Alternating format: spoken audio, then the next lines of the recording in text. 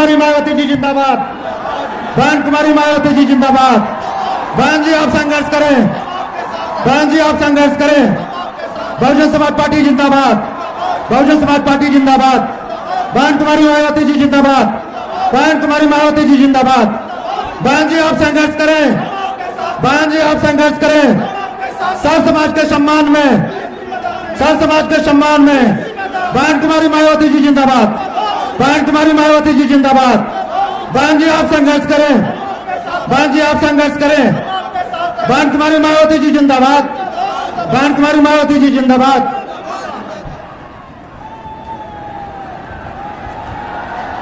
Bahujan Samaj party की राष्ट्रीय अध्यक्ष, पूर्व सांसद लोकसभा एवं राज्यसभा, पूर्व मुख्यमंत्री उत्तर प्रदेश, परम आदरणीय बहन कुमारी मायावती जी का शुभागमन हो गया है। कृपया जोरदार तालियां बजा करके स्वागत करने का काम करें। अब हम श्री श्याम सिंह यादव, माननीय सांसद प्रत्याशी जौनपुर, बहुजन समाज पार्टी का चुनाव चिन्ह हाथी, आदरणीय बहन जी को सौंप करके सम्मानित करना चाहते हैं। श्री श्याम सिंह यादव जी।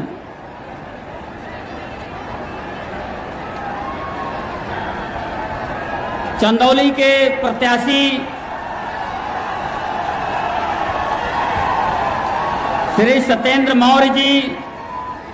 मान्या बहन जी का सम्मान करना चाहते हैं। श्री रघुनाथ यादव, श्री रघुनाथ चौधरी, पूर्व प्रत्याशी अजगरा, बहुजन समाज पार्टी का चुनाव चिन्ह हाथी दे करके मान्या बहन जी का सम्मान करना चाहते हैं।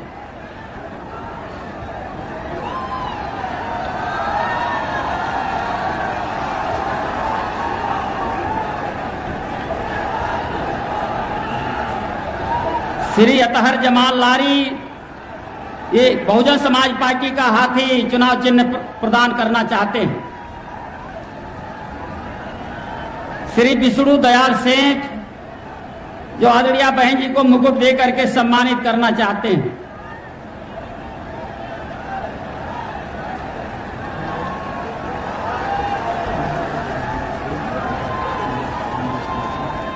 श्री विनोद बागड़ी सम्मान करेंगे।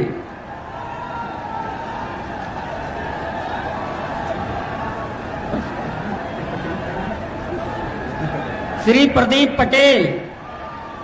श्री प्रदीप पटेल। अब हम बहुत ही अदब के साथ विनम्र निवेदन करते हैं कि परम आदरणीय बहन जी हमें और उमड़ी हुई जनसैलाब को संबोधित करने का काम करें। आदरणीय बहन जी।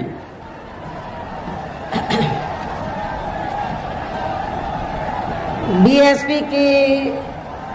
इस चुनावी जनसभा में इकट्ठा हुए पार्टी के सभी छोटे बड़े पदाधिकारी एवं कार्यकर्तागण, आज आप लोग देश में व जहां आपके उत्तर प्रदेश स्टेट में भी लोकसभा के लिए हो रहे आम चुनाव में अपनी पार्टी के उम्मीदवारों के समर्थन में मुझे सुनने के लिए यहाँ भारी संख्या में इकट्ठा हुए हैं, तो उसके लिए मैं आप सभी लोगों का हार्दिक दिल से आभार प्रकट करती हूँ। वैसे आप लोगों को ये मालूम है कि हमारी पार्टी कांग्रेस, बीजेपी व अन्य किसी भी विरोधी पार्टी तथा गठबंधन आदि के साथ मिलकर नहीं, बल्कि अकेले ही अपनी पार्टी के बलबूते पर पूरी तैयारी व दमदारी के साथ ये चुनाव लड़ रही है। इसके साथ ही हमने टिकट बंटवारे के मामले में भी सर्व समाज के लोगों को उचित भागीदारी दी है, जिनको कामयाब बनाने के लिए अपनी पार्टी के लोग पूरे जी जान से लगे हैं। आप लोगों को ये मालूम है कि हमने आपके बनारस मंडल में तो सर्व समाज के लोगों को उचित भागीदारी दी है। आपके बनारस मंडल में हमने बैकवर्ड क्लास को भी मौका दिया है, अपर कास्ट को भी दिया है, मुस्लिम समाज को भी मौका दिया है और रिजर्व सीट पर दलित वर्ग को भी चुनाव लड़ने का मौका दिया है। इस प्रकार से हमने आपके बनारस मंडल में तो सर्व समाज के लोगों को उचित भागीदारी दी है। हालांकि आज आपकी इकट्ठा हुई अपार भीड़, वह भीड़ के जबरदस्त जोश को भी देखकर अब मुझे भी काफी हद तक ये भरोसा हो गया है कि पिछली बार की तरह इस बार भी आप लोग अपने प्रदेश से यहाँ लोकसभा चुनाव में अपनी पार्टी का बेहतर रिजल्ट जरूर लाएंगे। इसके लिए अब मैं आप लोगों का ध्यान कुछ जरूरी बातों की तरफ दिलाना चाहती हूँ और इस संबंध में विशेषकर मैं कांग्रेस, बीजेपी व इनके अन्य सभी सहयोगी दलों के बारे में ये कहना चाहूंगी कि आजादी के बाद शुरू में केंद्र व देश के काफी राज्यों में भी ज्यादातर सत्ता जहां कांग्रेस पार्टी के हाथों में ही केंद्रित रही है, किंतु इनकी अधिकांश मामलों में रही गलत नीतियों एवं गलत कार्य प्रणाली आदि की वजह से ही फिर इस पार्टी को केंद्र में काफी राज्यों की भी सत्ता से बाहर होना पड़ा है तथा यही स्थिति इनकी सहयोगी पार्टियों की भी बनी रही है। और आप लोगों को वैसे ये मालूम है कि जब आजादी के बाद यानी कि अंग्रेजों के जाने के बाद केंद्र में देश के ज्यादातर राज्यों में कांग्रेस पार्टी सत्ता में आई और केंद्र में जब पहली सरकार बनी थी कांग्रेस पार्टी की, तो उस पहली सरकार में परम पूज्य बाबा साहब डॉक्टर अंबेडकर लॉ मिनिस्टर थे। तो उस समय बाबा साहब डॉक्टर अंबेडकर ने तो कांग्रेस पार्टी के मुखिया को ये कहा, पंडित जवाहरलाल नेहरू एंड कंपनी के लोगों को ये कहा कि भारतीय संविधान में एससी व एसटी वर्गों को जो सरकारी नौकरियों में जो रिजर्वेशन दिया गया है उसका पूरा लाभ इनको नहीं मिल रहा है, इसका पूरा लाभ मिलना चाहिए। इस मामले में सरकार को सख्त कदम उठाने चाहिए। इतना ही नहीं, बाबा साहब ने ये भी कहा कि भारतीय संविधान में मैंने आर्टिकल 340 की व्यवस्था की है, तो जिसके तहत तो इस देश में एससी व एसटी की तरह तो और भी अति पिछड़े वर्ग के लोग हैं, अति पिछड़े वर्ग के लोग हैं जिनकी सामाजिक, शैक्षणिक और आर्थिक स्थिति एससी व एसटी की तरह दयनीय है। तो बाबा साहब ने उस समय पंडित जवाहरलाल नेहरू को ये कहा कि इनको भी, जो अति पिछड़े वर्ग के लोग हैं, इनको भी आरक्षण की सुविधा मिलनी चाहिए और आपको आर्टिकल 340 के तहत कमीशन बैठाकर इनको रिजर्वेशन देना चाहिए। लेकिन कांग्रेस पार्टी की सरकार ने बाबा साहब डॉक्टर अंबेडकर की बात को नहीं माना, जिससे दुखी होकर, और भी कई कारण थे जिससे दुखी होकर फिर परम पूज्य बाबा साहब डॉक्टर अंबेडकर को लॉ मिनिस्ट्री से इस्तीफा देना पड़ा था। लेकिन आज वही कांग्रेस पार्टी के उनके चेले चाटे क्या कहते हैं कि हम आरक्षण के खिलाफ नहीं हैं, हम संविधान के खिलाफ नहीं हैं, लेकिन इनके पुरखों ने तो संविधान के खिलाफ जाकर काम किया और रिजर्वेशन का पूरा लाभ आप लोगों को नहीं दिया था, ना कोई कमीशन बैठाया था। ये सब किसी से छिपा नहीं है। लेकिन वोट की खातिर आज उनके जो चेले चाटे हैं या उनके अनुयायी हैं, तो आज वोट की खातिर आरक्षण को लेकर बड़ी बड़ी बातें कर रहे हैं। इस मामले में बीजेपी भी कोई पीछे नहीं है, जबकि इन सभी पार्टियों की नियत, सोच जो है वो रिजर्वेशन के खिलाफ है और जिसकी वजह से ही फिर हमें बीएसपी बनाने की जरूरत पड़ी। यदि कांग्रेस पार्टी ने शुरू में अपनी जिम्मेवारी को ईमानदारी, निष्ठा से निभाया होता तो हमें बीएसपी बनाने की जरूरत नहीं पड़ती। और इतना ही नहीं, फिर जिसकी वजह से ही फिर पिछले कई वर्षों से बीजेपी व इनके सहयोगी दल केंद्र एवं काफी राज्यों की भी सत्ता में काबिज हो गए हैं। लेकिन इनकी भी ज्यादातर रही जातिवादी, पूंजीवादी, संकीर्ण, सांप्रदायिक व द्वेषपूर्ण नीतियों एवं कार्य प्रणाली आदि से तथा इनकी कथनी व करनी में भी काफी अंतर होने की वजह से अब ऐसा लगता है इस बार ये पार्टी भी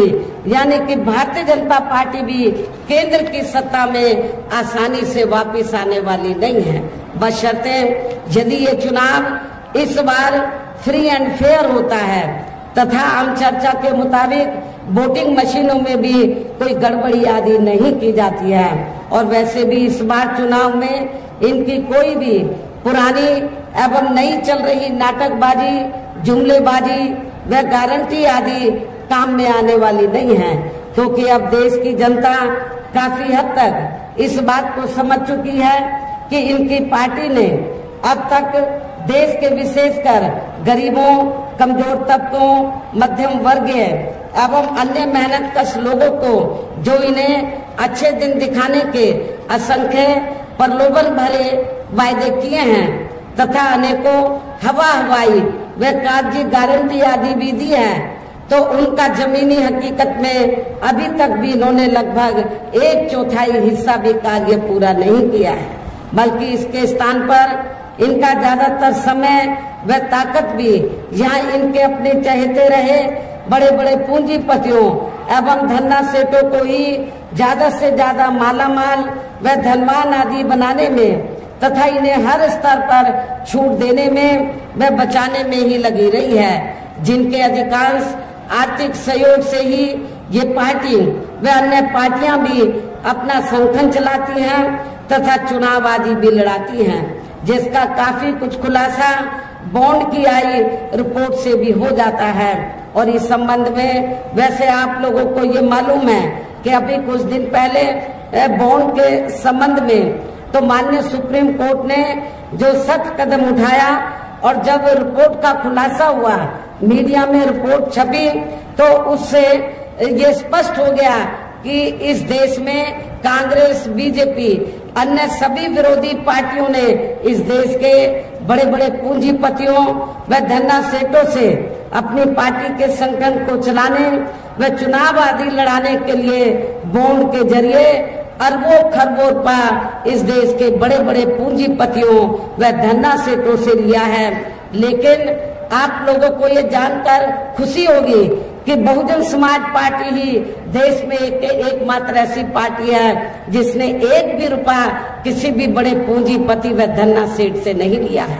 ये रिपोर्ट में उजागर हुआ है, इसलिए हमारी पार्टी हर साल बीएसपी मेंबरशिप के जरिए जन्मदिन के मौके पर थोड़ा थोड़ा धन इकट्ठा करके चुनाव के मौके पर भी थोड़ा थोड़ा आर्थिक सहयोग लेकर संगठन को चलाती है और चुनाव आदि भी लड़ाती है। इसके साथ ही अब ऐसा लगता है कि कांग्रेस पार्टी की तरह ही बीजेपी ने भी केंद्र की तमाम सरकारी जांच एजेंसियों का ज्यादातर राजनीतिकरण ही कर दिया है। इसके अलावा देश के किसान वर्ग भी वर्तमान बीजेपी की सरकार में शुरू से ही अपनी विभिन्न समस्याओं को लेकर काफी ज्यादा दुखी व परेशान रहे हैं और अभी भी है। जबकि यूपी में 4 बार हमारी पार्टी की रही सरकार ने इनके हितों का भी हर स्तर पर विशेष ध्यान रखा है। हमने अपनी चारों हुकूमतों में किसानों को खेती करने के लिए समय से सस्ते साधन उपलब्ध कराए और उनकी फसल का भी उन्हें उचित दाम दिया है। इतना ही नहीं बल्कि केंद्र में पूर्व की रही कांग्रेसी सरकार की तरह ही वर्तमान भाजपा सरकार में भी इनकी जातिवादी, हीन, सांप्रदायिक एवं पूंजीवादी सोच व नीतियों के चलते ही पूरे देश में सर्व समाज में से खासकर गरीबों, दलितों, आदिवासियों, पिछड़े वर्गों, मुस्लिम एवं अन्य धार्मिक अल्पसंख्यक समाज के लोगों का भी पूर्ण रूप से विकास व उत्थान आदि नहीं हो सका है। और इस संदर्भ में वैसे आप लोगों को ये मालूम है कि पूरे देश में यहाँ दलितों, आदिवासियों एवं अन्य पिछड़े वर्गों का सरकारी नौकरियों में वर्षों से अधूरा पड़ा आरक्षण का कोटा भी अभी तक पूरा नहीं भरा गया है। विशेषकर SC व ST वर्गों के सरकारी कर्मचारियों का पदोन्नति में आरक्षण भी अब काफी हद तक प्रभावहीन ही बना दिया गया है। और खासकर जब समाजवादी पार्टी यहाँ सत्ता में थी तो उस समय तो इनका पदोन्नति में आरक्षण ही समाजवादी पार्टी की सरकार ने बिल्कुल खत्म कर दिया था। साथ ही केंद्र व राज्यों में भी विरोधी पार्टियों की रही सरकारों ने इन सभी वर्गों को प्राइवेट सेक्टर में आरक्षण दिए जाने की व्यवस्था किए बिना ही इनकी सरकारों के ज्यादातर सरकारी कार्य अब प्राइवेट सेक्टर के जरिए ही इनके बड़े बड़े पूंजीपतियों व धन्ना सेठों आदि को ही दिए जाने के कारण अब इनको पूरे देश में आरक्षण का बहुत कम ही लाभ मिल पा रहा है। इसी प्रकार इनका अन्य और मामलों में भी शोषण व उत्पीड़न आदि होना अभी तक भी बंद नहीं हुआ है। इनके साथ साथ मुस्लिम व अन्य धार्मिक अल्पसंख्यक समाज के लोगों की भी हालत हर स्तर पर यहाँ काफी ज्यादा खराब व दयनीय बनी हुई है, जिसका काफी कुछ खुलासा सच्चर कमेटी की रिपोर्ट में भी किया गया है। इतना ही नहीं बल्कि पिछले कुछ वर्षों से केंद्र व अधिकांश राज्यों में भी बीजेपी व RSS की सरकारों के चलते हुए अब इनका विकास में उत्थान आदि होना भी काफी हद तक बंद सा हो गया है। आए दिन इन पर खासकर हिंदुत्व की आड़ में हो रही जुल्म जाति भी यह काफी ज्यादा चरम सीमा पर पहुंच चुकी है। इनके साथ साथ अपर कास्ट समाज में से विशेषकर गरीब लोगों की भी हालत हमें कोई खास अच्छी नजर नहीं आती है। इनकी गलत कृषि नीतियों के कारण किसान वर्ग भी आए दिन आंदोलित ही बना रहता है। साथ ही इनकी गलत आर्थिक नीतियों की वजह से ही देश की अर्थव्यवस्था पर भी इसका काफी बुरा प्रभाव पड़ा है, जिससे अब विशेषकर छोटे एवं मध्यम वर्गीय व्यापारी वर्ग भी काफी ज्यादा दुखी व परेशान हैं। और अब केंद्र में पूर्व की रही सरकारों की तरह ही वर्तमान भाजपा सरकार में भी यहाँ पूरे देश में गरीबी, बेरोजगारी एवं महंगाई आदि भी लगातार काफी ज्यादा बढ़ रही है। देश में हर स्तर पर फैला भ्रष्टाचार भी अभी खत्म नहीं हुआ है। ऐसे में अब आप लोगों को देश में हो रहे लोकसभा आम चुनाव में कांग्रेस, बीजेपी व इनकी सहयोगी पार्टियों को भी केंद्र की सत्ता में आने से जरूर रोकना है। जिनकी गलत नीतियों व गलत कार्य प्रणाली आदि को आप लोग काफी हद तक आजमा भी चुके हैं। ऐसी स्थिति में अब ये विरोधी पार्टियां इस चुनाव में भी किस्म किस्म के साम दाम दंड भेद आदि अनेकों हथकंडे इस्तेमाल करके केंद्र की सत्ता में आने की भी पूरी कोशिश में लगी हैं, जिनसे अपनी पार्टी के लोगों को हर स्तर पर काफी ज्यादा सावधान रहना है। और इस मामले में विरोधी पार्टियां अपने अपने पक्ष में हवा बनाने के लिए खासकर मीडिया, ओपिनियन पोल व सर्वे आदि का जो बड़े पैमाने पर इस्तेमाल कर रही हैं, तो उनसे भी अपनी पार्टी के लोगों को बिल्कुल भी गुमराह नहीं होना है। इसके साथ ही विरोधी पार्टियों के विभिन्न रूपों में जारी किए गए इनके हवाई व प्रलोभन भरे चुनावी घोषणा पत्रों एवं वायदों आदि के बहकावे में भी अपनी पार्टी के लोगों को कतई नहीं आना है, जिन्हें ये पार्टियां चुनाव खत्म होने के बाद ज्यादातर अमल में नहीं लाती हैं और अब जिन पर से देश की जनता का अधिकांश विश्वास ही उठ गया है। यही खास वजह है कि हमारी पार्टी किसी भी चुनाव में अपनी पार्टी का कोई भी चुनावी घोषणा पत्र आदि जारी नहीं करती है। वैसे भी हमारी पार्टी किसी भी मामले में कहने में बहुत कम बल्कि कार्य करके दिखाने में ही ज्यादा विश्वास रखती है। और इस बात का सबसे बड़ा सबूत यह है कि उत्तर प्रदेश में 4 बार हमारी पार्टी के नेतृत्व में रही सरकार ने चुनाव में अपनी पार्टी के बिना कोई जारी किए गए चुनावी घोषणा पत्र के ही प्रदेश व आम जनहित में काफी कुछ ऐतिहासिक कार्य किए हैं। जिनकी अब देश में अधिकांश पार्टियों की सरकारें काफी नकल भी कर रही हैं। जबकि इस मामले में हमारी पार्टी का ये कहना है कि यदि इन पार्टियों के स्थान पर केंद्र में हमें अपनी पार्टी की सरकार बनाने का मौका मिलता है तो तब फिर हमारी पार्टी की बनी सरकार केंद्र में यहाँ अब तक रही सभी विरोधी पार्टियों की सरकारों की तरह